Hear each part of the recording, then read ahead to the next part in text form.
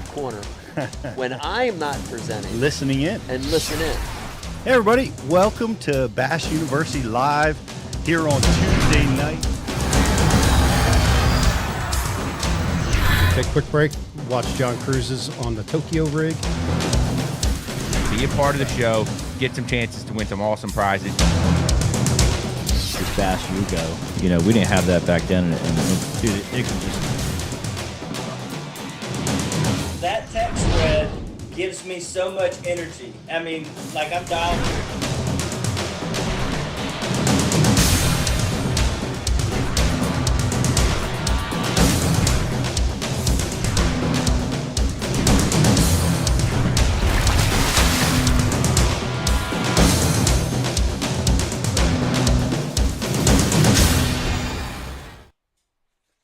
Welcome to Bass University Live, guys. Appreciate you hanging in there with us. Running a little behind schedule, but we're glad you're here. We're super excited. We got JT Thompkins, the champ from the Bass Open, came into my house and pushed us around a little bit with a really, really challenging tournament, and he did extremely well to pull the win out from deep into the top 10 field. Came from behind, overcame a man, I bet you he had like a 9-pound deficit that he overcame to win that tournament. Just amazing.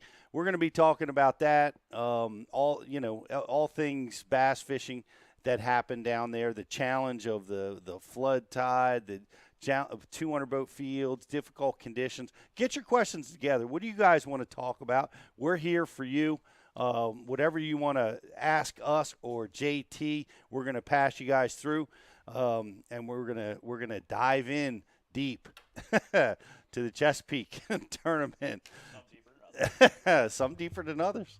When we were talking about when I was underwater, we had a moment there where we heard Simon and Garfunkel's "Hello, Darkness, my old friend." Yeah, that's when you were thinking maybe better just to stay underwater. Just better stay under. Just let this one pass by. What would I could have just swam underwater to like the marina dock and just disappeared. Yeah, like a Sasquatch, just Look at Sasquatch rising out of the water.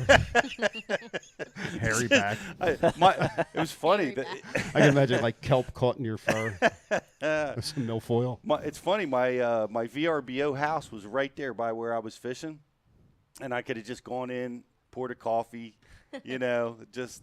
That is one thing I'm surprised you don't have on your boat is like a Keurig or something. I'm wanting that. We gotta get a hold of Bass Cat. Rick Pierce, we need a Keurig in the Bass Cat. But I remember being underwater and I was panicked. I remember being split second. And I was like, my eyes were open, and I did freeze, I did freeze for a second to collect myself and think that just happened. I'm underwater. I'm now underwater. My eyes are open. And because I'm like panicked, like normally if you jump in, you close your eyes, but my eyes are wide open. And under the murky Chesapeake, I could read the Bass Cat on the bottom of my hull.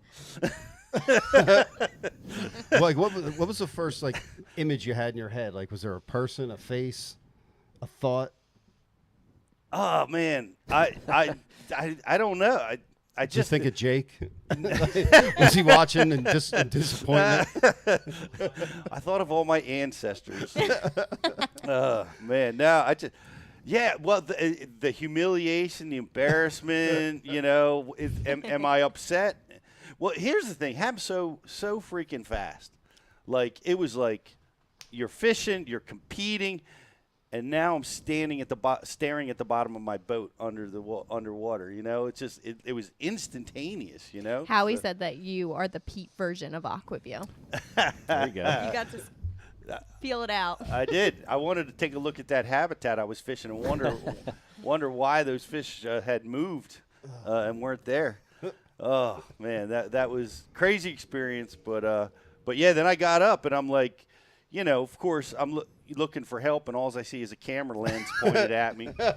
And then I ask if we're live, and of course we are. That was my favorite. Your reaction, you did that like nervous laugh. It's like, oh. Did not get away with that one. Could hear the pain in your voice. Yeah, It was good. It was needed for the show. it was slow for the most part, so it was needed. Yeah, Good well, job. You just lost a lot of items. You Well- lost your hat, you lost your sunglasses, and Yeah. I mentioned yesterday Dignity. you lost your chapstick, and I was sad for your chapstick. I know. I didn't realize I lost my chapstick. Damn it. That's like necessary equipment when you're fishing in the sun. Pete was getting up on the ladder, and I just see a chapstick floating behind him. I missed all this. I did, yeah.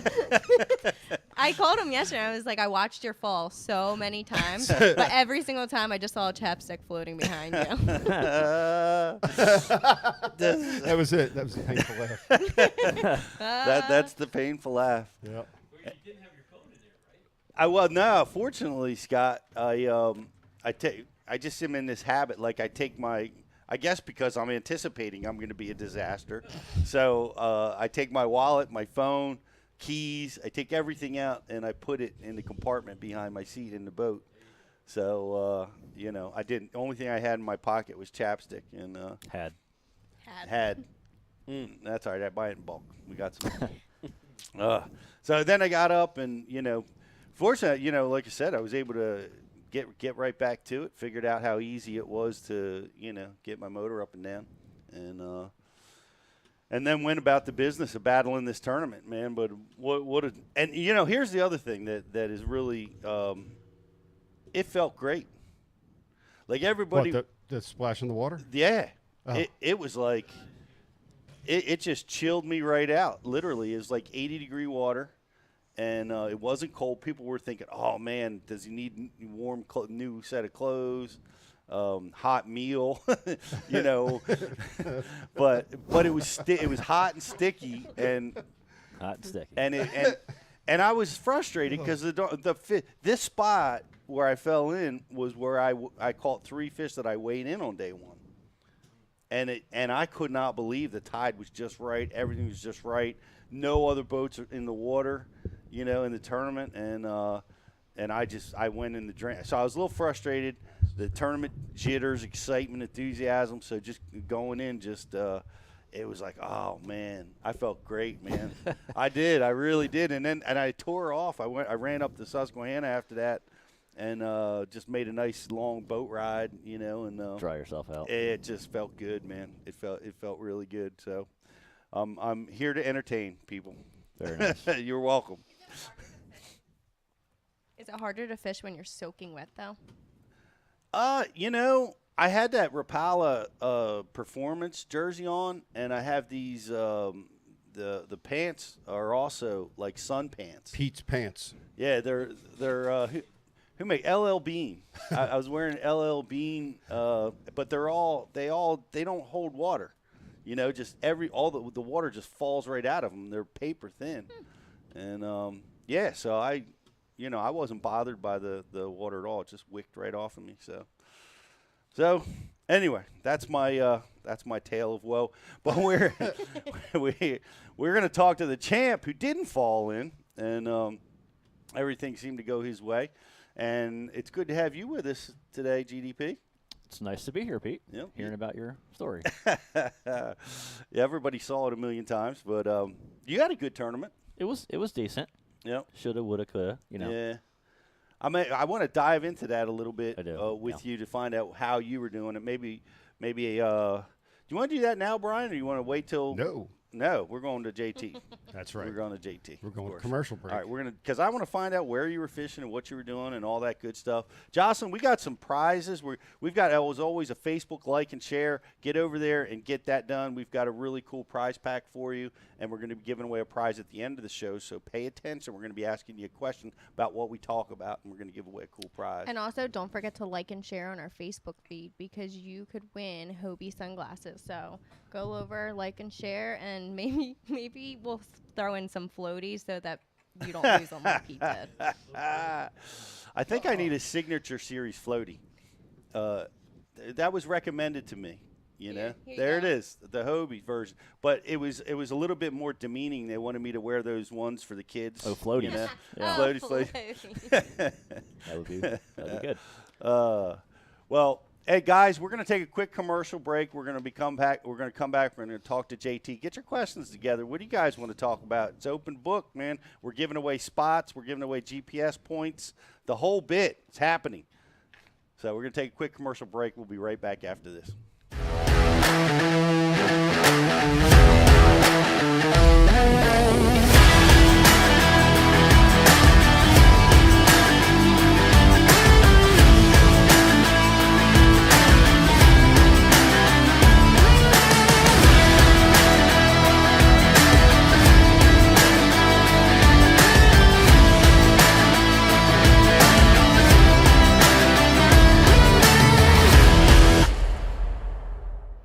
BassBoatForSale.com is the world's premier bass boat listings business. We focus on driving premium web traffic to our main website, business Facebook page, business Instagram, and our business YouTube channel, providing your bass boat listings the best buying traffic and top-notch exposure.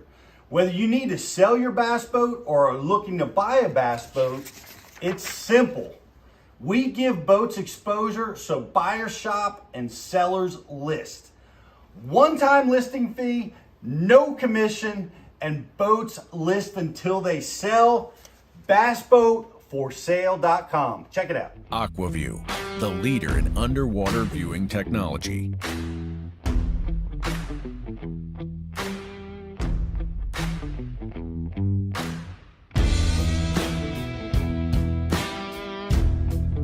Find what you are looking for. Catch more fish.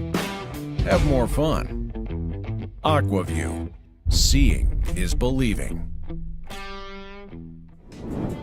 Why do you love casting fishing rods? I'm truly losing less fish. Is the sensitivity of the rod. That they're made right here in North Carolina in the USA. Strongest, lightest rod, 100% made here in Sanford, North Carolina. From the drop shot rod to the flipping stick. Every rod has a purpose to it, and I rely on them all the time when I'm out there in a tournament. Durability in the John Cruz Worman series, the counterbalancing in the handle. It's the only rod I found that can withstand my hook set. Boom goes the dynamite. On the water, not spent fishing is a moment wasted. That's why Minn Kota and Humminbird have joined forces to bring you the One Boat Network. Products that communicate and integrate to help you take full command of your boat.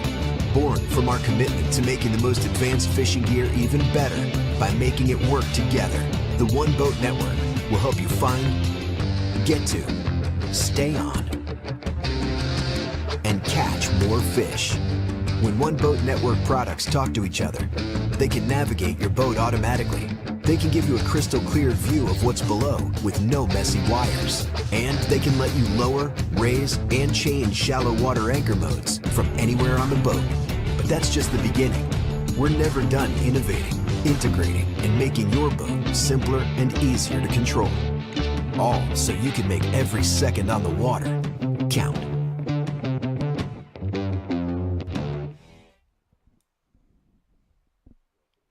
Welcome back to TackleDirect Studios and Bass University Live. Glad you guys are here. Once again, we got J.D. Thompkins coming on, the winner of the Bass Open JT. on the Chesapeake, and can't wait to talk to him. And man, we've got we just want to give a shout out to some of the companies that we work with and help support us. Cash and fishing rods, of course, caught all my fish using my casting rods, a variety of them in this tournament. And my Hobie sunglasses, which we're going to be giving away a pair of Hobies today. Like the pair you gave away to the Chesapeake? I like the pair I gave away to the Chesapeake. By the way, somebody can go out there and try to find those, I guess. Yeah. You know? But what else we got, Joss? We also have Bass Boat for Sale. Bass Boat for Since Sale. the season's over for a lot of people, if you're looking to sell your boat, you know where to go. Bass Boat for Sale. That's the place. Quality boats, ready to fish out of. They're vetted. It's a great place whether you're buying a boat or selling a boat. BassBoatForSale.com is a great way to go. Thank you very much, Scott. I appreciate it. And Pete, you might not need to take your AquaView to the Chesapeake to go find those Hobies. That is great. That is a great way to go, Joss. I am going to do that exact thing. and also maybe find my chapstick. that's floated into the ocean. That's gone. That's out there in the what is that big wad of plastic that collects out in the middle of the ocean? There's probably like 1,000 chapsticks, and Pete's gonna find his. Pete's pocket.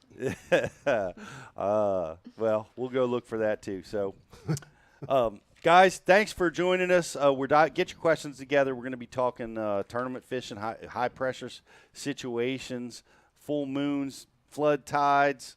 Man, I'm really anxious to talk to JT to see how he solved this puzzle. And let's get right into it. BTC, is JT ready to go? Yes, he is. I'm looking for him in the queue, and this is really his second big win.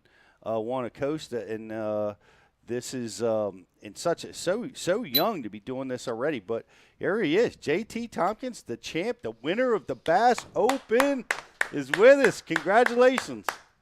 Thank you, guys. I appreciate it. Man, that's quite a thrill. I first of all, I want to apologize for hogging the mic when you were trying to figure out whether or not you won the tournament. You're all good. I'm not worried about it. I was just glad to be up there, to be honest, after the second day. Well, it was a challenging tournament for everybody. But do you have any experience on the Chesapeake? No, right before Oneida, I actually went there for 2.5 days in pre-practice, and I honestly didn't even know where the boat ramp and stuff was. So I just kind of got on Google Earth, found a boat ramp, and just backed in. And I like to scan, so I probably scanned for about 2 days straight and just kind of looked around. That's mainly what I did. So, no, not much. Just looking at YouTube videos and some stuff from previous tournaments. That's about all the research stuff I did. Well, that scanning seemed to play. Man, that was the recipe for success, because it seemed like that what few clips I saw, because I haven't got to view much of the content at all yet. But it looked like you were fishing offshore wood. Yeah, like early in the morning, like first thing, it was a flat that had a ton of bait on it, and they seemed to feed really, really good in offshore wood for about the first 2 or 3 hours. You could pick them off all day, but those first few hours I probably had a limit in about 45 minutes for about 13.5 pounds that first morning. So yeah, that's kind of how I caught them that morning. That's very upsetting to me. That's good. GDP. Well, let's get a little better breakdown. Where actually were you at, if you don't mind telling us? I didn't see it either. I stayed pretty close to the boat ramp, just fishing isolated structure that was not exactly getting beat up by the 180 guys, and it ended up getting beat up pretty good. But I was able to just pick fish off of an isolated structure with just trying to fish as precise as possible. Yep, gotcha. Yeah, there was pressure out there, though. Oh, yeah. But, I mean, I was out there. I would pop in for, every day but I couldn't, like a lot of I might have been the areas where you were fishing, but there was 3 or 4 or 5 boats that, seemed to be fishing the one stretch. And if I had to call it, they were kind of in the area where the flat starts to drop off a little bit. Drop off. Yeah. You have that first break. Yeah. That's what it looked like. All you guys were crowded out there on that wood. Yeah, it was like the first break. There's like a flat that goes like probably 300 yards. It's like 2 foot deep, and depending on the tide. And then it makes that first break, and it drops off to like 4, and it has a couple pieces of wood on that. Then it makes another break off to like 6 to 9, and there was wood on that too. And it just depended. You had to move up and down with the fish throughout the day. It's kind of what the key was for there. How did you manage? Like, because it was a crowd. Like, did you guys draw straws to see who got to fish the good pieces of wood, or was there enough for everybody, or how did that work? There's plenty of wood out there, and I mean, there were times in a tournament where one guy would get done fishing a piece, and he'd be about power pulled down on the piece of wood, and you'd throw right to his motor, and vice versa. You kind of wiggled in between the boats. Everybody's very courteous out there. And there were times we were talking all 3 days. Like all the guys out there were just talking, like watching each other catch fish. It was kind of pretty cool, to be honest, because it was kind of fun being out there. You actually had like your own little bass track out there. It was pretty neat that you got updated on, and it was our little group of guys, and we just out there picking fish off about underneath each other's boats because there were so many fish out there. You couldn't catch them all, no matter how long you fished a single brush pile. It seemed like always, no matter how many baits you threw or how many times you threw in it, somebody come behind you and pick one off out of it. So that was pretty cool. That is amazing. Well, we call this the Nate Wellman pattern. I didn't want to say it, but yeah, that's 2 events in a row been one off that area right in September. In September. Yep. That's right. That same area is where Nate dominated, but he this was when side imaging just came out, and Nate found that wood and just beat us to death with it. But that was like 10 years ago. That was a while ago. Yeah. Yeah. So here we go. The next time in September, we've got it won be. again. But this time, man, how many of you guys made the cut? It looked like there was at least 3 out there on the final day. 4. 4. Wow. There was 4. Yeah, because it was me, Dave, Kyle Austin, Trey Swindle. And Trey Swindle had some unfortunate things go on the last day. They ended up having him DQ'd, but he was out there the first 2 days, and he really had it figured out better than all of us. And he was courteous enough to let all of us in on his little deal, and that was just a class act out of him to let him go out there and do that. And then also the last day he followed us around, and it was just a class act from bell to bell that last day. So really wish he was out there fishing that day with us. Yeah, that was unfortunate, and I think it was administrative thing, something to do with insurance. But he was DQ'd from that tournament, and he was sitting in second place. Yeah, he was. That was his tournament to win, and I was really, even though I was competing against him, I was rooting for him to win because he really was just super nice the first 2 days to let us all come in like that, because he was really, I would say, almost the pioneer of that spot in that tournament, and he had it figured out better than all of us, and that for him to let us come in there and do that was just pretty cool of him. Man, if I'd have known you guys were so friendly out there, I would have got in the mix too. I didn't realize I was fishing up on top of the flat. I was fishing what these guys weren't fishing. You know what I mean? And I didn't realize it was such a love fest. GDP, I would have got involved. Yeah, that's actually really good. That's good to hear nowadays, actually, especially in the opens, because I feel like the rivalry in the opens is really strong. So to have you guys all working together is pretty cool. That was cool. Yeah, because it could have gone the other way, man. You guys could have been at each other's throat. Yep. Oh, yeah, 100%. The good thing was, like, I kind of know Kyle Austin, and I kind of knew Trey Swindle going into it, and we're all young guys, so we're all kind of almost teaming up on everybody. It was pretty neat to have all them young guys out there, because I think 7 of the top 10 were below 25 or 26 years old, so that was pretty neat. So that had some camaraderie there, too, to go along with it. So I think that had something to do with us all being young. Yeah. Good. Yeah, that was very upsetting to me, too. Double of age. I mean, Scott, you can appreciate this. I'm looking around at this top 10, and they all look like they're 19 years old, 20 years old. I'm like I'm the only gray face in the bunch. Old school getting it done. Oh man, I remember being the one young guy in amongst the the older guys all making the cut, and I was like, But this was opposite day, Everybody was so young. I think the average age probably was 23 years old in that top 10. Just started drawing. Yeah. Probably not far off from that. Yeah, because you're just 20 years old, and you've got 2 big wins under your belt, man. Awesome. How are you doing this at such a young age? Man, I really don't know. I've been had a pretty lucky run these last few years, and I've had a lot of people around me that's just made it easy, to be honest.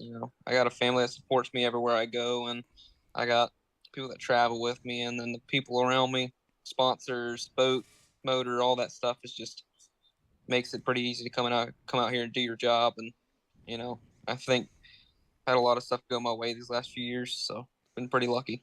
Is this all you do? Do you have a full-time job, or are you just getting after it?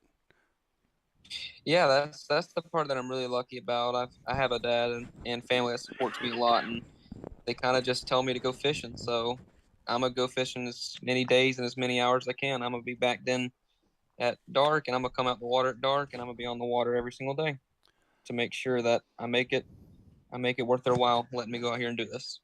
Man, well, that's terrific support. You're very fortunate for that, and you're making good use of it, which is awesome. And well, let's dive in a little bit Bass University style. I mean, we learned about the flats, the break-offs, the wood that you guys were keying on, and I know that area so well, and I know exactly what you're talking about. And that's fascinating that they were over there. I was catching some up on top too. I caught some every day up on top, but you guys were dominating out there off of that break. But talk about the baits. What were the tools? How were you catching them? Yeah, I mean, the funny thing was, like, during the tournament, the crazy thing is every single day one of us would catch a big bag, and it was always one of us was doing something slightly different. Like the first day, I think Trey Swindle had the biggest bag out there, and I think he was doing something a little bit different. He might have been cranking a little bit, so there was that the first day. The second day, I think Kyle Austin actually had the biggest bag out there, and I believe he was just throwing a Cinco, square bill, and he was throwing multiple different things, but he was catching them on, certain two baits. And then the last day, everybody was catching them on Cincos and stuff like that, and I decided to pick up a jig, and I picked up the biggest bag the last day. So I think those fish changing every single day, they were biting a little bit different things. So you can go out there tomorrow and maybe catch them on something different. And that was the thing that a little bit of luck happened and, a little bit of decision making, but every single day it seemed like they did something a little bit different. So that was pretty cool. Yeah, switching to the jig, man, that way, I mean, you had a dominant bag. That was what, the third biggest bag of the tournament? Yeah. Or second or third biggest bag of the tournament? Oh. How many bites did you get out there? Out there offshore, I probably had about 10 bites that I put in the boat. And I had a couple few that I'd throw over a log, and when I set the hook, they would just be on the opposite side, and I just couldn't get them out. Oh, you lost a few. Yeah, I probably lost 3 that out there that last day because those stumps are so nasty, and you had to throw right, especially the later the tournament got, the tighter they got to cover, and you couldn't just throw the edges and catch them. You had to throw right in the middle of it. Mm-hmm. And there was a few where I'd set the hook, and I'd feel them in the wood, and you see them pull them back, and then all of a sudden they just pop loose. So I've lost a few like that. I never broke any off, so that was good. Yeah, well, see, that's people say everything's got to be perfect, but a lot of times a tournament when you have some mishaps, you had a few lost fish. I know what you're dealing with out there is those I call them root balls, right? Mm-hmm. I imagine that's where you're having trouble is that base of the tree exactly. The whole tree falls over and erodes away, and you're left with these big complex root balls that Not are that big, that tall. Never mind. Those root balls it's just infinite fingers, man, and yeah, it's hard to get them fish up and out of there. Yeah, and the main thing was like you just couldn't get a good hook in them because when your line's wrapped around 3 different things, if wide open water, you're putting a certain amount of pounds of pressure. When you get wrapped up in 3 different trees, it's cutting your power into a third. So you're not getting the hooks that you need as well. So you're not getting a good hook in them. Plus they're wrapped up in a tree. They got leverage, a lot of different stuff going on like that. So I missed a few out there. There's not much you can do about it, but I was able to get enough bites that last day to put a good enough bag together. Let me ask you this, because this area that you're talking about is notorious for it is released fish, especially in this tournament. Yeah. Were you seeing that? Were you getting some recycled fish coming through? Yeah, it was funny. Like every single day, like the first day, the fish were pretty clean out there. Like you caught a fish they were clean, looked good, green, healthy, and every single day they get little marks on them and a little bit skinnier, some holes in the mouth and stuff like that. So every single day they got a little more beat up looking. Yeah. Mm-hmm. Yeah, that's not surprising. I know they drove them out and they released them, but with all that shad in the area, I've always had that theory that if there's enough food, those fish aren't going anywhere. No. They're going to stay put. Sometimes. Mm-hmm. Yeah. Well, sometimes. Yeah. Sometimes. Well, they stayed put enough for day 2 and day 3. Now, the guys were talking about, and I didn't get to see it, but a chatterbait, did that play a role for you for some fish? Oh, 100%. It seemed like my biggest fish came off a chatterbait throughout the week, 100%. Like that last day, I caught a 4-pounder and a 3 1/4, 3 1/2. that last day that I put in the bag, and I probably caught 6 or 7 others on a chatterbait as well that day too. Nice. Yeah. What's your chatterbait setup? What was it? Were you lightweight? Were you weedless to get through that wood? No. What's your setup? I didn't really fish a chatterbait in the wood. I kind of just fished rip walls with it. I fished almost like a square bill, just going down walls and paralleling and doing stuff like that. But I had a half-ounce jackhammer with a little fluke on the back by Z-Man. Or not Z-Man, but Strike King. The Strike King Z2. Looking like a shad. Very nice. Mm-hmm. Exactly. Looking like one. Because a lot of these rip-rap walls, there was a bunch of shad pushed up on them. And you could always, it seemed like if you fished enough rip-rap walls with chatterbait, you were going to get bit, period. And that's kind of like if I needed a bite, especially being close to the boat ramp, that's what I did, was just go wind a chatterbait around rip-rap. Plus, it's my confidence bait, too. Yep. Well, tell me about your setup. What kind of rod, reel, line are you using with the chatterbait? Yeah, I use a 7'4" medium heavy, extra fast KVD series Lose bait caster, and that rod is perfect. Like it's just a phenomenal spinning. Bait caster, and I also used a Lose custom light reel, and I think it's a 7-to-4 gear ratio because I like to keep it moving. I was throwing 20-pound line. I always throw a 20-pound line on a chatterbait for the most part, unless I'm trying to get it down. Just because I don't know. You see, typically when you're throwing a chatterbait, you're on structure, so I always like to keep heavy line and keep the pressure to them. Well, that's those are great tools. I use 20-pound too, but I'm looking at some notes here, and it now you did all your damage here close to the ramp, but you made some long runs on day 1 and day 2. Yeah, I had a spot I found on Google Earth in pre-practice. It was like a little lake that had a ditch coming out of it, and there was a big school of them there in practice. Like there was probably 5 or 6. When I say big school, 5 or 6, and I could see them up there. And the first day, I wasted like 3 hours because the tide and the full moon was so high that it over flooded the lake, so the water was coming out of everywhere because it overran the embankment. So I wasted like 3 hours waiting for the tide to get down, so it would only come out of that ditch, so it was a lot more current instead of it coming out of everywhere. But once that water came out of that singular ditch, I was able to pull up there and catch 2 good ones. The first day on back-to-back cast, and I missed a 5-pounder both days off of that spot. It's actually the same 5-pounder. Oh my gosh! So I could see him up there in the drain. He just sat there with his face right into the current. I just missed him both days. Like he was real smart. I'd throw it by there and he'd follow it, and I dropped it, and he just went to the bottom and sucked it right up. But the first day when he sucked it in, it curled up the fluke on the hook. Oh. And when I set the hook, it just never got to penetrate. So that stung. Man. And the second day he just flashed on it and never got it. Huh. How long a run are we talking here? Yeah, we're exactly. I don't know, probably the spot sounds familiar. Show me on the probably map. 15 minutes. Oh, 15 minutes. Okay. Yeah. Because I'm trying to think of a lake system. You know where he's at? If he's 15 minutes, no. If it was a long run, I was going to say Days Cove in the back there where it goes to the creek and goes to the actual lake. Yeah. That's what it sounds like, but obviously it's not that. Yeah, it's a pretty isolated spot. It's pretty hard to find. Like I'm pretty sure I had it all to myself in this tournament. There ain't much we don't know. I'm surprised. Yeah. If you probably explain a little more, we'd get it. I'm going hunting Google Earth tonight as soon as we're done. But no, that's very, very cool. 15 minutes at what speed? Well, with all these boaters and everything, there's only one other spot that I know of that's that close. That's there. I could say it out loud if you want me to, but if not, no big deal. We'll let JT keep that spot secret.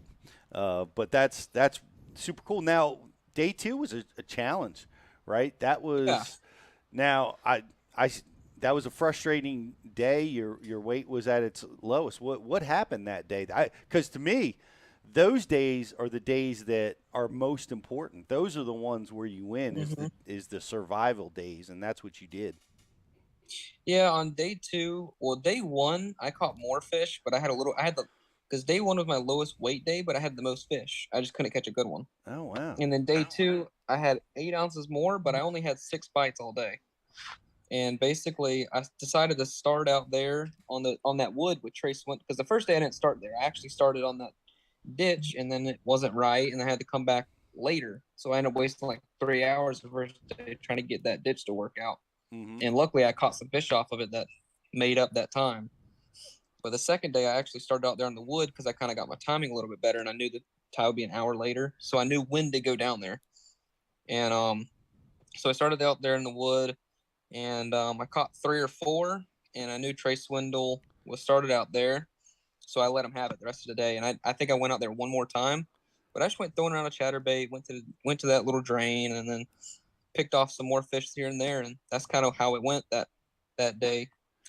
Just trying to put together a bag. I just wanted to check, to be honest. And then once I caught those 4 fish, 3 fish out there next to Trey, I said, "Hey, dude, thank you for the check. I'm heading out." Because I caught some fish there day 1, so he knew I was there. So it was, we both found it.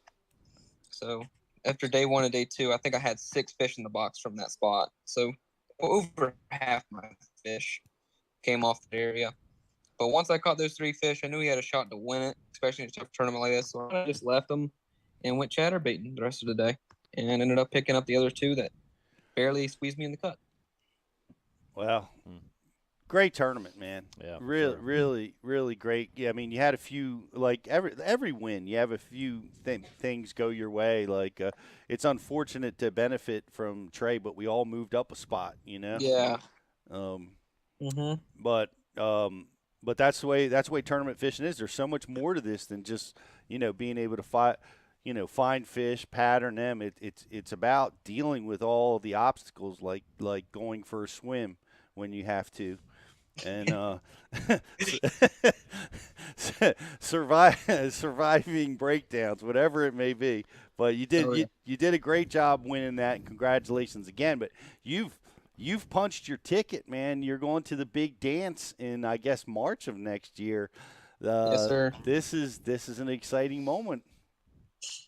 Yeah, I mean, I still haven't quite processed it fully. I mean, the Bassmaster Classic, I mean, I won, I think me and my dad, I think I caught my first bass when I was 4 years old out of a pond. And I think ever since that day, I've probably been looking at that classic on TV.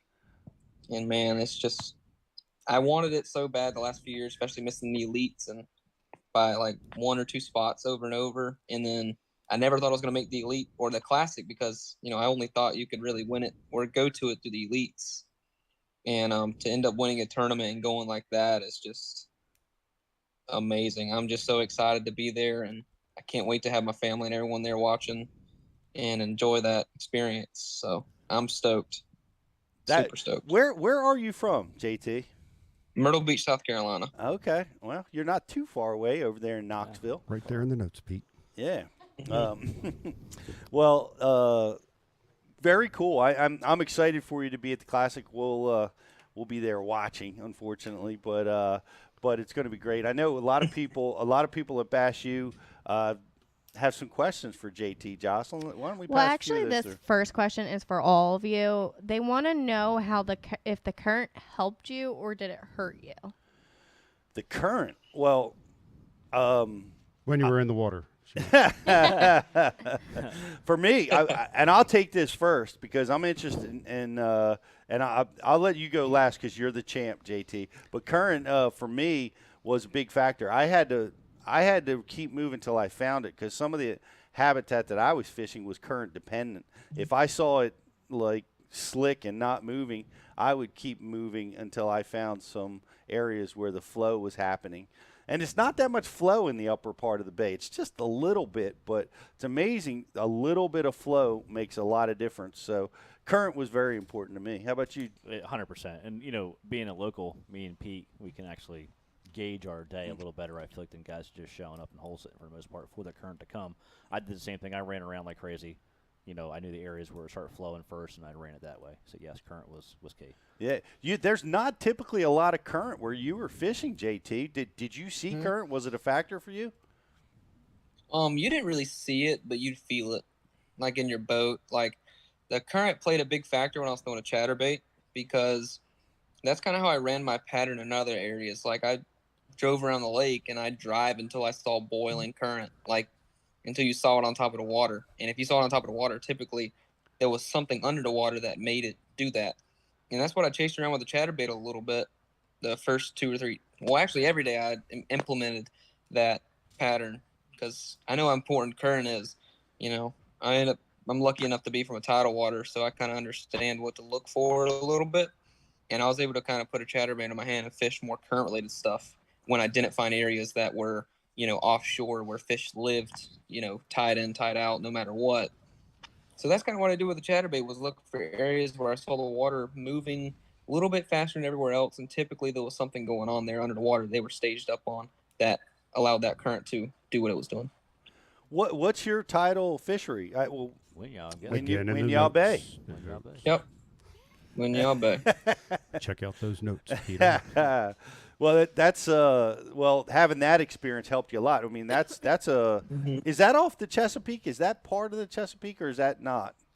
No, it's a completely different. That's that's way down south. Yeah. Yep. Oh my goodness gracious. Yeah, I'm sorry. Did you land on a big rock when you fell in? Apparently. I think I deprived my brain of oxygen for a moment while I was down there. All right, we'll forgive that one. Yeah, I know the Chesapeake's long, but it ain't that long. It's like 3-4 states away. Yeah, it is. Well, it goes down into Virginia, right? It's Then there's Virginia North- Beach. yeah. Does it touch North Carolina I down there? don't know if it goes that far. I don't know. It just goes to the Atlantic. Yeah. Anyway. But then it goes into the Winyao Bay through the Atlantic. Yeah. So yes, it's connected. It's all Yeah, it's connected. connected. Yeah. Very Right. good. Pete. And my chapstick's floating there Your right now. chapstick will be in the Winyao Bay. Look for that, JT. See if you can collect my chapstick for me.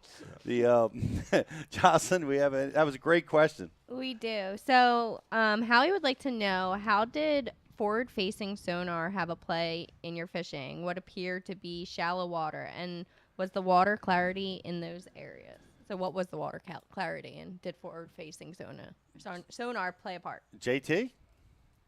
Well, I mean, for me, forward-facing sonar always plays a somewhat of a part, but when you're out there, it's all about being precise, making as many casts into the right spots as many times as you can during the day, because I think my dad's always taught me my whole life is whoever stays in the best area for the most amount of time wins the tournament or cuts a check.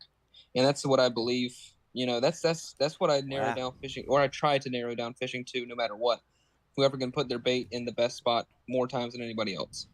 And Panoptics, it doesn't make fish bite, but it darn sure helps you whenever you pull it to a brush pile. It eliminates those wasted casts where you're not gonna miss that brush pile. If you're decent with your Panoptics, you can narrow it down to, you can line right up and cast straight to it, and you're not gonna mess up. So it mainly helped me with time management. Instead of taking 5 minutes on a brush pile, I'd take 1 or 2 minutes because that cast was dead on every single time. So it helped me in that sense, but also you have 360, and because it didn't help me with, I wasn't live scoping them out there. I wasn't casting to isolated fish. I was just casting to stumps, and there happened to be fish in it.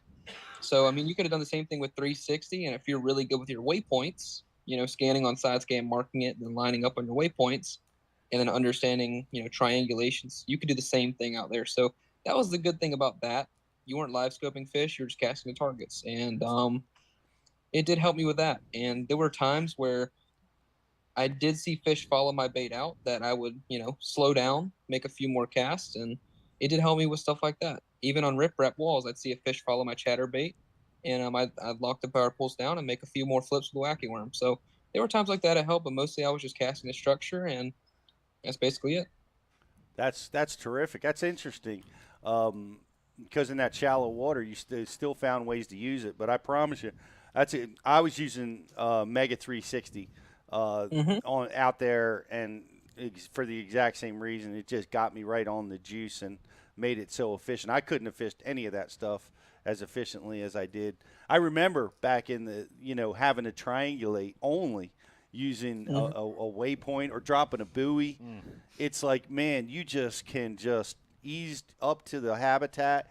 You can see everything right out in front. You can see where the tree tips are, where the root ball is, and you can just fan it. Hit it right on the money every time. It's amazing. Really efficient stuff. But that's really good use of your forward facing and in that shallow water, being able to find them tracking it. That's a great tool. Great question, Howie. What else you got? We have one more. Stefan wants to know, did anyone use any Japanese tactics to deal with the pressure? And if so, what and why? Kung Fu? Anybody use Kung Fu? we dined on sushi. You know, I want to add to that question because there was a handful of Japanese anglers that fished this event, and I don't know how they did as a whole, but I will tell you they're very, very good on forward-facing sonar. They're probably the best. And there's so many game fish in the upper bay, it almost takes away the forward-facing sonar-only guys because you're wasting so much time at casting at catfish and stripers, perch, everything else that's out there. Yeah, you know, right. So that was my take on the whole Japanese question. Yeah, take that. Yeah, hi. Take that. Here's some catfish for you. Well, I can tell you this: the pressure intensified on me. On day one, I remember, JT, there just wasn't that many boats in the Northeast Creek. It was not that crowded. But, oh, my gosh, day two, it's like everybody stayed. Mm-hmm. Well, it went from fishing for one fish yeah, to I think fishing for 4,000. Yeah. You know? Right. That's why. I think the number one reason why that happened was everybody in practice, you know, they went to the upper Chesapeake Bay, caught a fish here, caught a fish there, and then they were like, you know what, if the flats or my long run doesn't work out, I can always go to the riprap, or I can always go to the stumps, or I can always go to this, that. In the upper Chesapeake Bay, I could probably scrounge out a limit. So I think when a lot of people's day one plans, along with myself, didn't go according to plan, or their long shot didn't work, they were, you know, more comfortable staying close to the boat ramp, picking off a fish in a higher population area. And with more release fish being turned in, I think a lot of people made the decision, which is a very good decision, to stay a little bit closer, maximize their time, and try to put their bait in front of more fish with the higher population up there. So that made it hard on me. I gave up like 80% of the areas that I was able to fish on day one. So day two made it a challenge. So I didn't get in the mix with people, and I probably should have. But I will say this: who's the kid that took second in the standings? The Japanese in the standings? Yeah, he made the elites this year. He's I apologize. I have to read his name because I can't just say. You were underwater a long time. Fujita? Yeah. Ken? Yeah, I think that's him. Kyoto Fujita? I think that's him. Yeah, it's got to be. He made top 10, I think. Or he yes. Yes, that is him. Had that for lunch yesterday. Yeah, Fujita. Yep. He, a buddy of mine was his camera boat and followed him around the bay. And he not knowing the bay at all, he was running between the Bush and the Sass and a bunch of other places and just scrambled extremely well. And just a really, really talented angler that did a great job. He wound up catching them like in the mouth of the sassafras. The mouth of the sass? Yeah.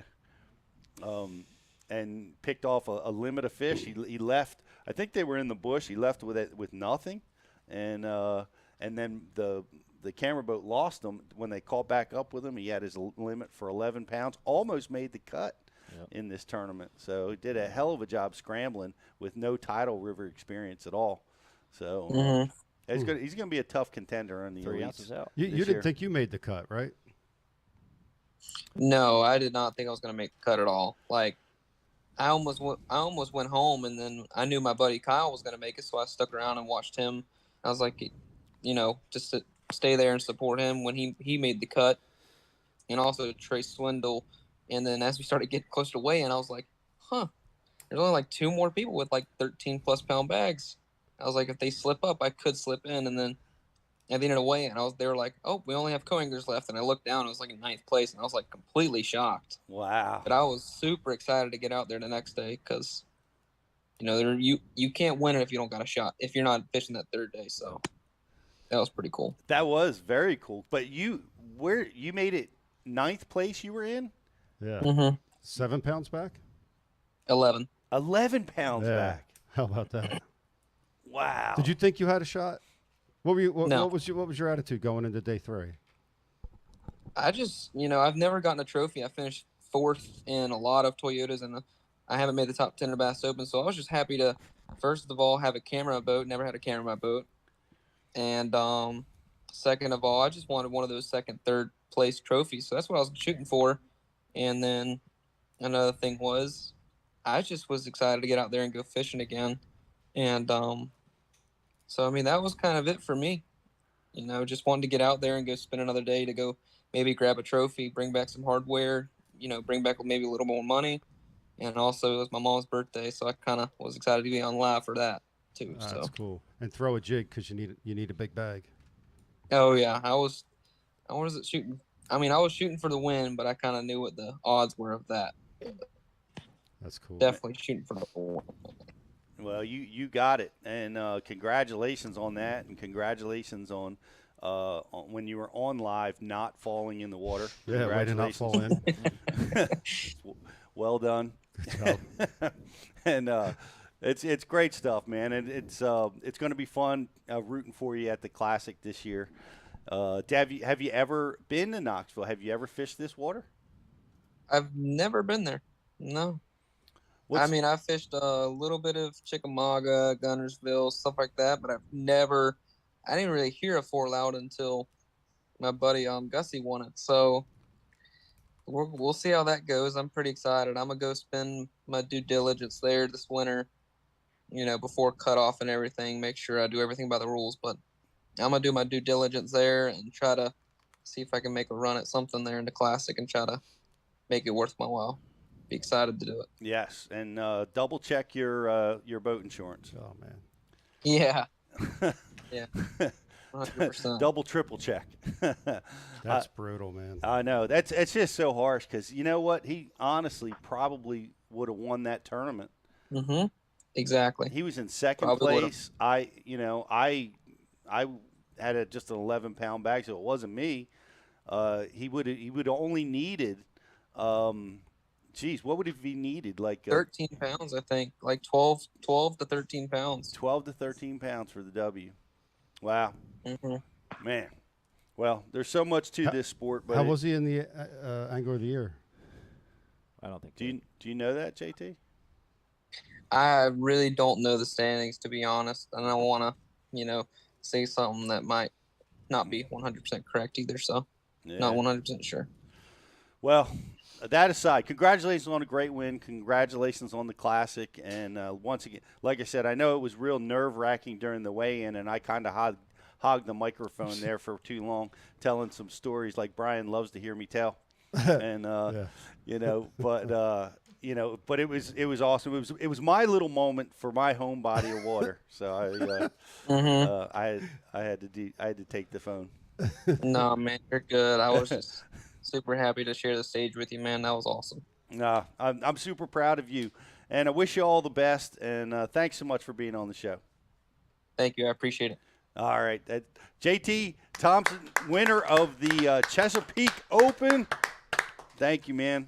That is awesome, Thompkins, and what a great deal. I'm still a little shocked, honestly, and I've told you guys that because I was flipping wood like JT in a lot of places that I cannot believe I did not get one more 3-pounder, one more 4-pounder, and I was just shocked every time that I would flip and not get that bite. I just thought that was my tournament to win, and it was, but I got beat. I got beat handily with a nice 17-pound bag, so well done, JT.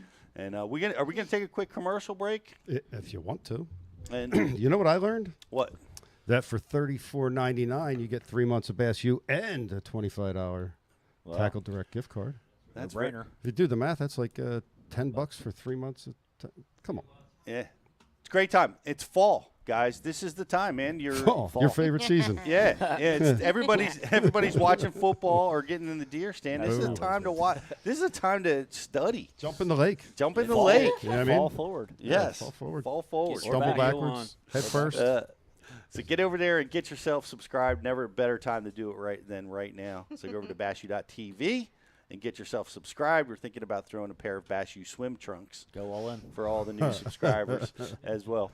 Maybe chapstick. I don't know. Chapstick, yeah. I think that's a good one. It's more affordable. It's something. But we're going to take a quick commercial break. We're going to come back, and we're going to wrap up by talking about Greg and my experience on the bay, how we caught them, and we're going to be giving away some cool prizes. So just a couple minutes. We'll be right back with more Bash U Live.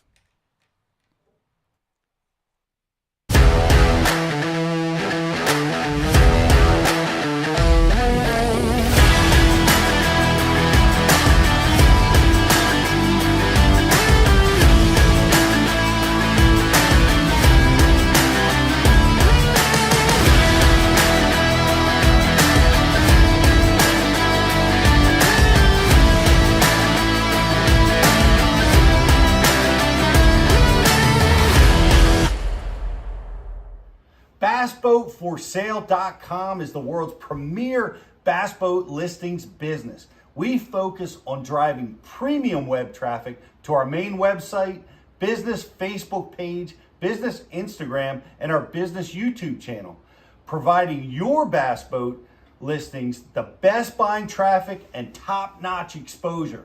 Whether you need to sell your bass boat or are looking to buy a bass boat, it's simple. We give boats exposure so buyers shop and sellers list. One-time listing fee, no commission, and boats list until they sell. BassBoatForSale.com. Check it out. AquaView, the leader in underwater viewing technology.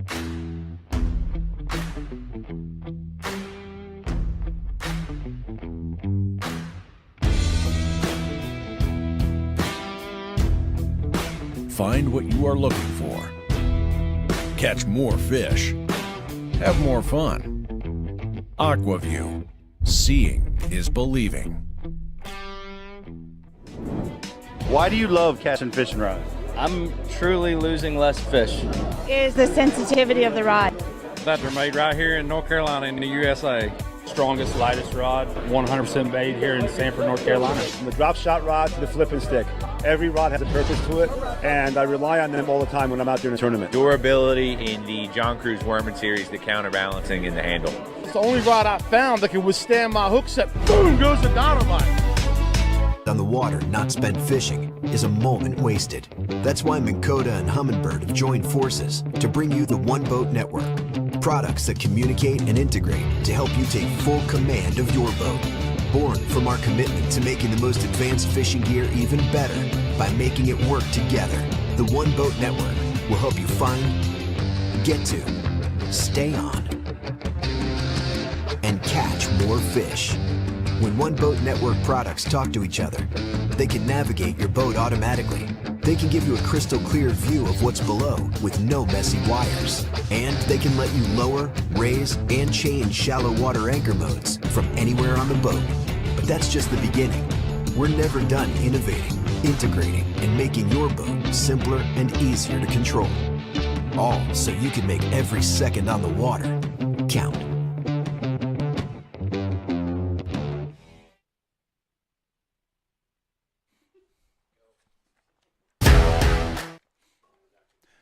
Looks like we are back live. Welcome back, everybody, to Bash University Live. We got some, don't forget, we have a Facebook like and share contest going on. We're giving away a pair of Hobie glasses. We are. That's a great like and share. You better get liking and Yeah, sharing. that really is. Those Hobie glasses are legit. They are legit. I just got the new ones for me, and I love them. Really? I did. What did you get? I got the Maywood frame, and they're so. My face is so little, so not a lot of sunglasses fit me, and they do. That's awesome. Did you get the Sightmaster Plus lens? Yes. No, I don't think so. Rose-colored? They sound like fishing sunglasses. Yeah, that's awesome. Well, good deal. Well, like it and share it over there if you're watching over on Facebook, and we also have a great trivia question that we're going to be giving out, asking here pretty soon about what JT talked about on the Chesapeake. So look for that coming. But I want to dive in with you, GDP. You're a veteran of the Bay, been very successful down there, had a blistering first day, really strong. Talk to me about your tournament, your patterns. What were you doing? Yeah, so I'm just going to back up in practice. So I went down the week before for 2 days, and that's it. and I didn't even practice the week of because I was like, number one, there's just too many guys everywhere. Yeah. I know what I'm doing. I know what I should do. Right. And that's what I'm going to do. So what did you do? So day one of the tournament, this will probably be a surpriser for you. I ran to the elk. No kidding. Caught 13-11 and 13-10 out of the elk. Wow. So in practice, I shook off 20 fish in practice. Holy crap. And just into one day, I shook off 20. I was like, all right, they're here where they should be. Mhm. And I set on a couple. They were good size, from 3 to 4 pounds. Day one, I catch like 12 keepers. That's amazing. Yeah, it was good. I had a co-angler in a boat day one.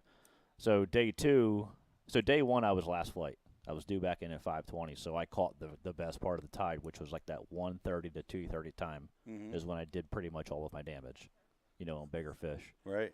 Flipping a jig mostly. Okay. What were you flipping it on? Like grass or hardcover, docks? docks, trees, Yeah, yeah. laydowns. Okay. Yeah. Yep. So day two, I had to do a 180 because I was first flight doing at 2:30. The tide was an hour later that day, so I would miss that prime part of the tide. But day two, now there's not many secrets on the Upper Bay, but I do know of two.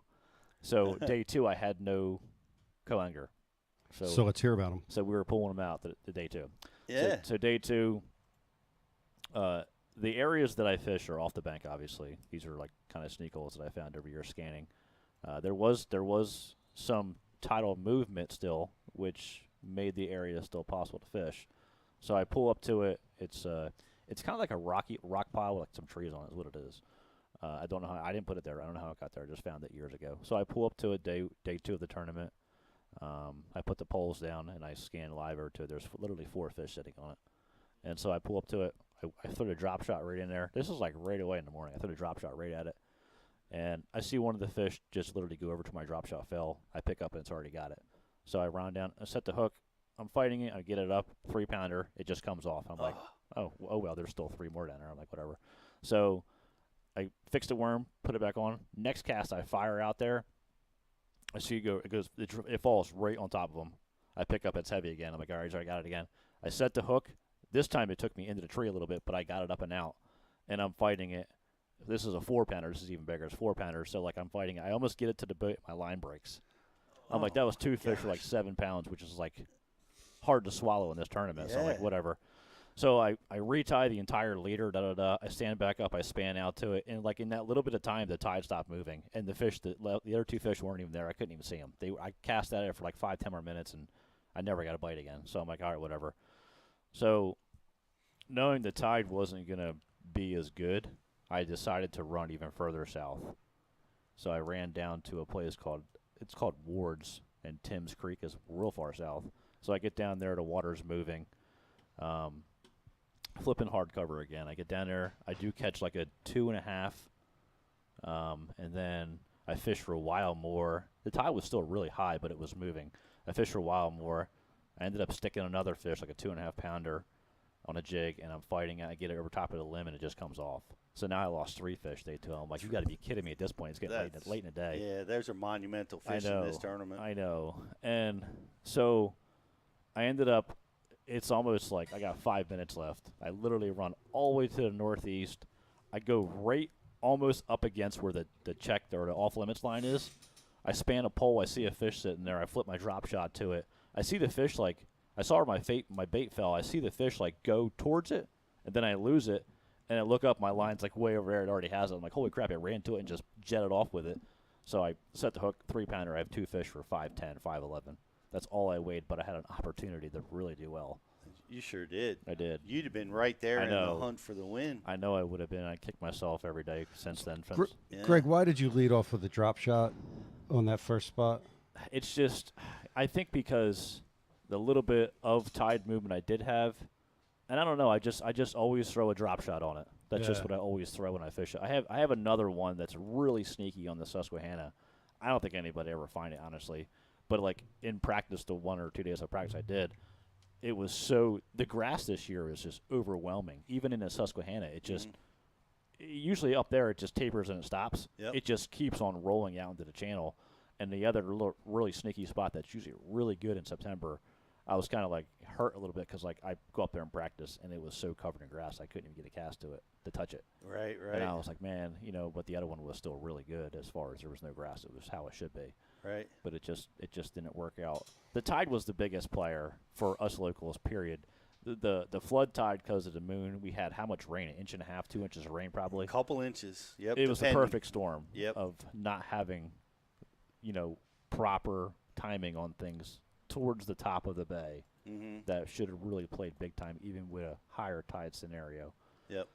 So that's why I opted to run. We've been getting this question a lot, but how has the tide and the weigh-in times changing affected you? That's a big deal. If unless you're doing what these guys did by basically almost holstering an area to where it's more about having your line in the water and possibly coming across a fish that could or potentially bite or will bite. Mm-hmm. Where what Pete and I possibly were doing, where I was running, I typically don't run the tides as much on the Upper Bay as I do on places like the James or the Delaware because the Upper Bay tide is, what is it, 2.5 feet? Yeah, it's not much. It's not very much. So that gives you a long window of doing things versus where you fish at Delaware, where like you might have 15 minutes on a spot. Yep.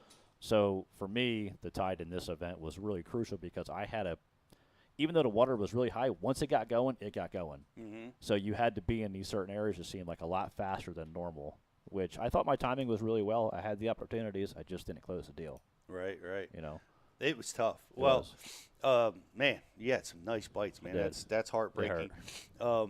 I had one mishap on day one where I lost a big fish that might have won the tournament for me. It was a 4-pound class fish. He bit at my feet. I got a solid hook set, and I had him right to the water surface, just this much under the water surface, and I thought my line broke because my rod just tink, and I'm like, I'm still in shock, and I just think I must have had the fish skin hooked or maybe one of those awkward bone situations. There's just no explaining it, but I that's the only mishap I had really all week. And, not the only. Well, that wasn't a mishap. That was that was a good mishap. But hold on, there was one other mishap. One other. Uh-oh. Yeah. Hit the pot. Oh no. Oh no. Oh, whoops. Never mind. Where's Chapstick at, Joss? Wait till he's at the back of the boat, and then you'll just see Chapstick floating. So the camera guy must put the camera down to help you. He did. Look, I got the cable. I'm throwing it in the boat. Hold on. You're like Santa Claus, Pete. Oh my gosh! I can't believe this is happening. There it is. Is that it? Wait for it. There it is. It just popped right up. Yeah. It's just sitting there. That was great. Oh, that was my favorite part. You will never live this one down, Pete. If Brian's still alive, you will never live. Wait, so question: the thing that broke, is that important? Yeah, that's the cable that releases the trolling motor up and down. Oh, okay. And it's very common. I mean, everybody's broke a trolling motor. Yeah, cable. it's hundreds of hours of up and down, up and down, up and down. It gets a little wear and tear. You actually just need to maintenance it a little bit. And I just anyway, I like 2-3 weeks ago, I broke one. Yeah. On Keith's boat. What happened to you? I went flying into the back deck. Into the back deck. I fell from the front of the boat to the back. Yeah. Why didn't we have a camera on your boat? What got you was that butt seat. Yeah. It was like. Well, it might have helped. It too, honestly saved me because if I'd have gone into the boat, that's where the damage occurs to your body. You know? Oh, hold on. Slow motion's coming up. Look at this. Look how I tuck my feet. I know. You crawled into a ball. Oh, what the hell is there? I didn't watch Ike Live, but did you guys replay that 100 times? Yeah. I bet they did. Played a few times. Yeah. You know, I lost my hat, my sunglasses, and my chapstick, thanks to Jocelyn letting me know that. I can't believe no one else saw the chapstick. Yeah. That was the best part. My eyes were full of water by that time. You know what? I got a takeaway from this event. So I kind of changed one thing because I've had bad history on this body of water, especially in September and October. One thing with tidal systems, especially with ours, is barnacles they can be hell. I mean, they will hurt you, they will break you off. Yeah. I flipped 25-pound test this entire tournament, and I actually liked it better. Yeah. You know? Yep. I really enjoyed flipping it. Oh, well, I've started doing that around zebras and barnacles. Yep. When I have to flip, I go up to 30. Yeah. I probably like it even more. Yeah. I think it helps too. That it slows that fall down of the jig. It just, and when you set, you're like, oh, you're coming. You know. Yeah. It's like you're either gonna fall off or you're coming in the boat. That's right. Yep. Yeah, that's a great takeaway. Yeah.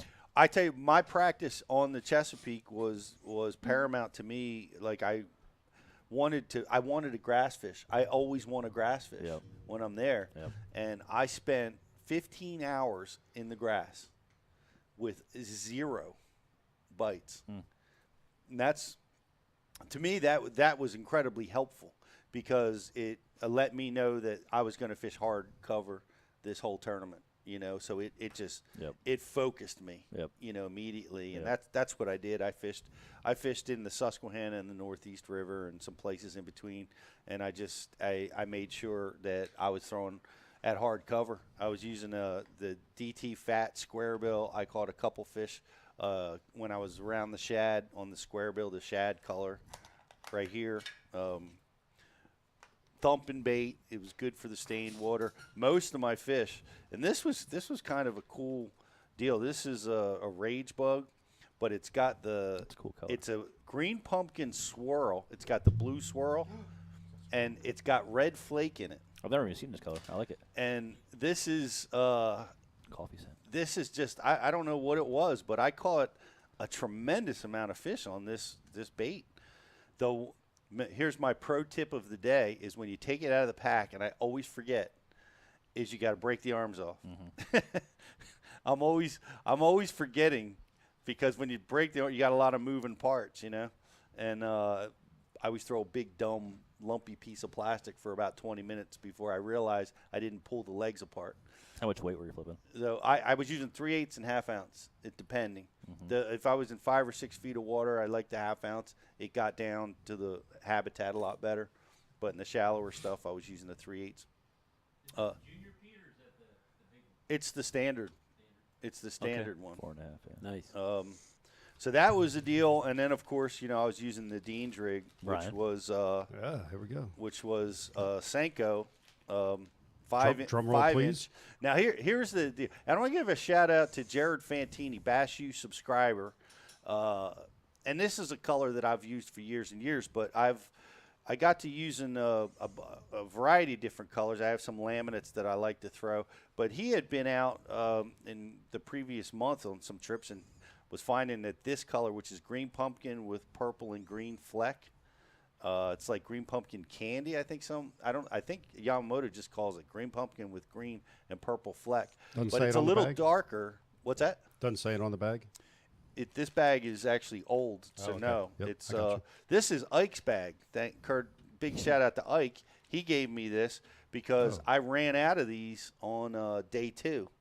And this was the color that I was getting most of my bites on. So Mike hooked me up with his, you know, bonus pack that he had sitting in his truck. So that was cool that he had that extra. So anyway, between those 3 weapons, that's how I caught all my fish. I threw everything at wood, docks, rocks. You know, I just never made a cast at grass during the tournament. You know. Yeah, I went out there and practiced. I literally went out on the flat. I did catch 2. I caught a smallie, like 2.5, and then I caught a largemouth, probably 2 pounds. But I must have saw 30 smallmouth. Yeah, like, wow. Grouped up. And I actually in the tournament, day 2, on that big slack high water, I did run out there to that area and look around because the water was moving out there.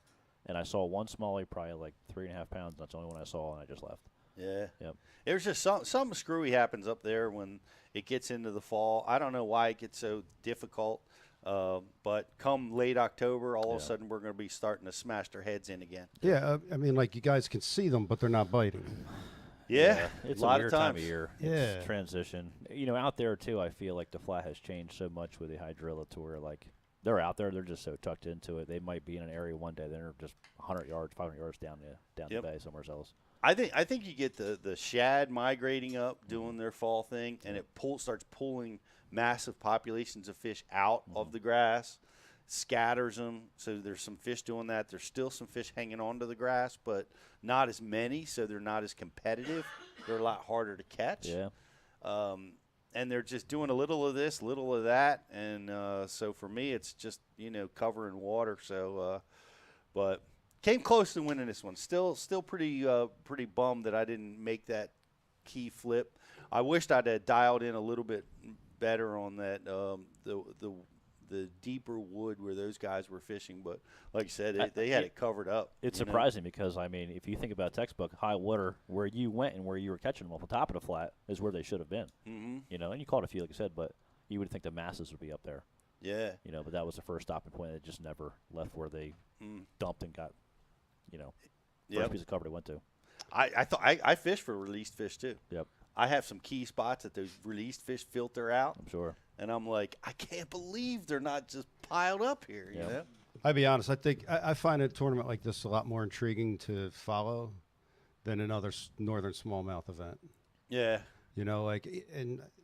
Even though we knew the flats was going to fish tough, it was actually, compared to when it's on, it's actually really intriguing to see how will somebody win it by making a long run. Yep. Will it happen? Just how it's going to play out. It's more of a chess match. It really is. And you get to look at the habitat a lot better. Like now, JT was probably a lot of times just looking at a sonar offshore, but 360's key down there for that. No doubt. Most of the guys are fishing stuff that you could see. All the stuff that I wound up like this still amazes me. Like all the places that I was getting key bites on day 1 and day 2, I caught nothing on day 3. I had to totally scratch it, and I took advantage of the fact that there was only 10 boats in the tournament, and I got up on the bank, and I just junk fished. I just fished every piece of wood in the water, every dock, every rock, and I just went down banks and just junk fished, and that's how I wound up catching my fish on day 3. Interesting tournament, but congratulations to all the top 10 qualifiers, the money finishers, Bash U rocks, everybody at Bash U, you, Riz, Ike, me, everybody was in the check line. Jocelyn. At this derby. And so amazing event. We got a Facebook like and share. Hurry up and do it real quick if you're watching over there because we're going to give away a cool prize. Jocelyn, I'm going to leave you in charge of that. And we have a trivia question. Let's ask it right now. Yes. Do you want me to ask? Do you want me to ask a question? That was a pretty easy one, but go ahead. Yeah, sure. Yeah. This is JT caught a lot of his fish on a jig, but every day he caught fish chatterbait fishing. What specifically was his trailer on that chatterbait that he mentioned? What was his chatterbait trailer? That's our trivia question. Scott, you're not allowed to enter. So can you give us a Facebook like and share winner, Joss? I can. The Facebook like and share winner, let me put it through. And swimming lessons from Pete. And swimming lessons is Tim Carr. Tim Carr, you won some nice Hobie sunglasses. Oh, man. What a deal. I'm jealous. Somebody else, there's a pair floating in the Northeast River. Good luck. We have a winner for the trivia as well, Mr. Higgs. Mr. Higgs. It's a Strike King Z2. Z2. Very good. Yeah, these comments of you falling in are just, I can't stop laughing. Well, share with us. Share with us, please. Oh, my goodness. So I guess when you, almost fell in, you said, let's roll, and you literally rolled. Yeah. Oh, yeah. Pete says, let's roll. And then he did.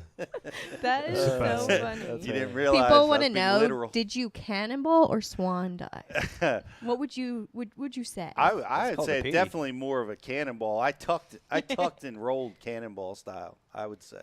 Yeah. Yeah. Yeah. Yes. I can't believe it's a single Lindy. I wore reefs, slides or flip flops, and I can't believe they both stayed on. Did you squeeze your toes? I must have been squeezing my toes. I'm like, I must have been curled up. Like I'm gonna hit rock when I fall in here. Pete's squeezy toes. Peach jelly roll. Peach jelly roll. The chapstick lives. Break, drop, and splash. They're so funny. Break, drop, and splash. Oh man. It's so awesome, but it's it's so awesome. I tell you, the key to that, and me surviving it was just I think rolling with it, because I didn't try to like contort. You sure didn't. Because I throw my arm up like almost like. I don't know, like I was trying to do a maneuver or something, man. It flowed with the gravity. It was good. that was some crazy business. What a great deal. What a great event. I want to know what Jake's reaction was to you falling in. Jake was like first. He's like, oh man, I'm a little embarrassed that my dad fell in. But then he's like. Everybody starts laughing and giving him messages and talking about it, and all his friends are watching it at home and laughing. and then he's like, I'm the son of the man that fell in on Bassmasters. Did it make it to ESPN? I don't know. No. ESPN. It was on Fox Sports. That's right. Fox. Yeah. Like Zone and those guys. It was on FS1. But I mean, it should make their national sport. I mean, like ESPN would always do their like top 10 or bottom 10 or whatever it is. That'd be good if it did. We got to send it to like Barstool. We got to get you out there. Yeah. I've been sending it to everyone I know. we got to get it out there. I think it's out there. It's like it's out there. The last it was like 200,000 views on Instagram last I checked, which was yesterday. So everybody's enjoying my demise. Thank you very much. I enjoyed it. No, thank you, Pete. Yes. It was all good. We do what we can. I just wanted to go to the Classic. Wouldn't it be great if I'd have fallen in and made the Classic? That would have been. Yes. I know. I'm like, this is the most amazing story. I really thought you were going to win prior to the day before. I was like, oh, Pete's going to win this thing. I swear. We were at dinner and I said that. I said Pete's going to win. Just because of the toughness of the tournament? Toughness. You know so much and you're so good out there. It's the backyard, man. Yeah. Yep. Well, I told GDP this, like the more crap that melts down on me, the better I do. And so it's like it's just consistent. Like I had my starter battery, like on day one, I was out of power at 12 o'clock. Yeah. Yes. Yeah. That's what I said. Yes, I'm going to win this tournament. And so I'm completely out of power. My whole boat shut down. I didn't have live wells. I didn't have aerators. So I'm like, I got to stop. So I got jumper cables and I jumped off of one of my trolling motor batteries to get my aerators running. And I just didn't want to use my jump bot. I just decided I'm gonna fish with the motor running, and that's what I did. I fished with the motor running the rest of the day. Oh my God! Did you really? I did. Your poor co-angler. Yeah. So I'd made no calls, and we caught no more fish. But I lost maybe the last hour and a half of the day. But I fished with the motor running. So that was the first clue that I was likely going to win the tournament. And just had or almost die trying. Had a bunch of other things, and then I fell in, and I got up out of there. And believe me, when I was climbing up that ladder, I'm like, I'm winning this tournament. It's happening. That doesn't just happen. You know what I mean? That's a sign that it's going to go down. I'd have been thinking, why God? Why?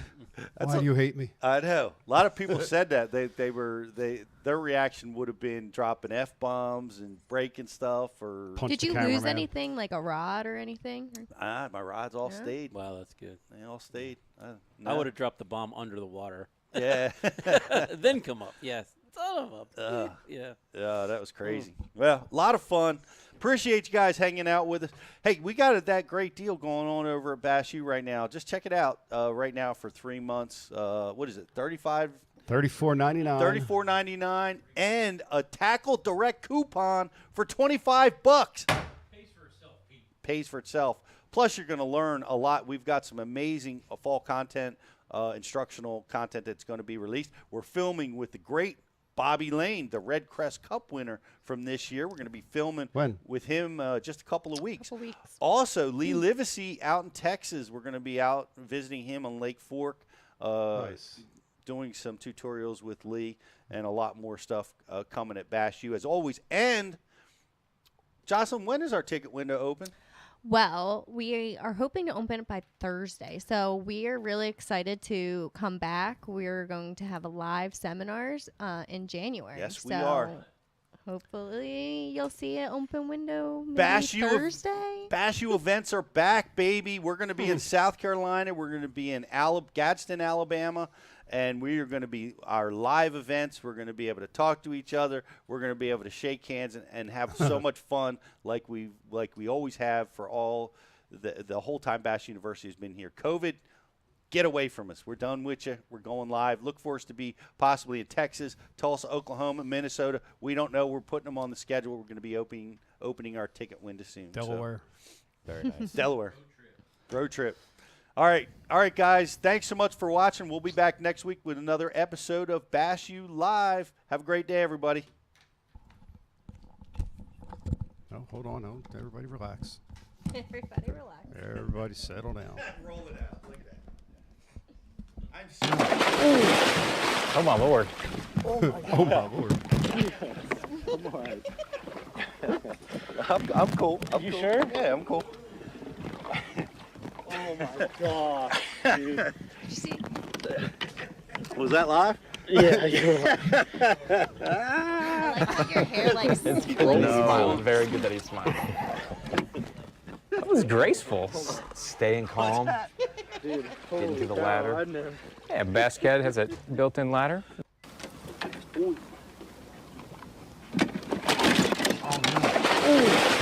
Oh my Lord. Oh my God.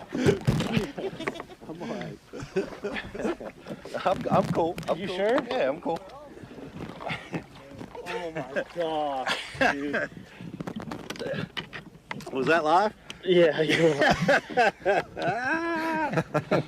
It's good that he's smiling. Very good that he's smiling. That was graceful. Staying calm. Dude, Getting to the God, ladder. man. Yeah, Basket has a built-in ladder. Very nice feature. Lord have mercy. Come on, man. Oh my goodness. Welcome to the Chesapeake. Yeah.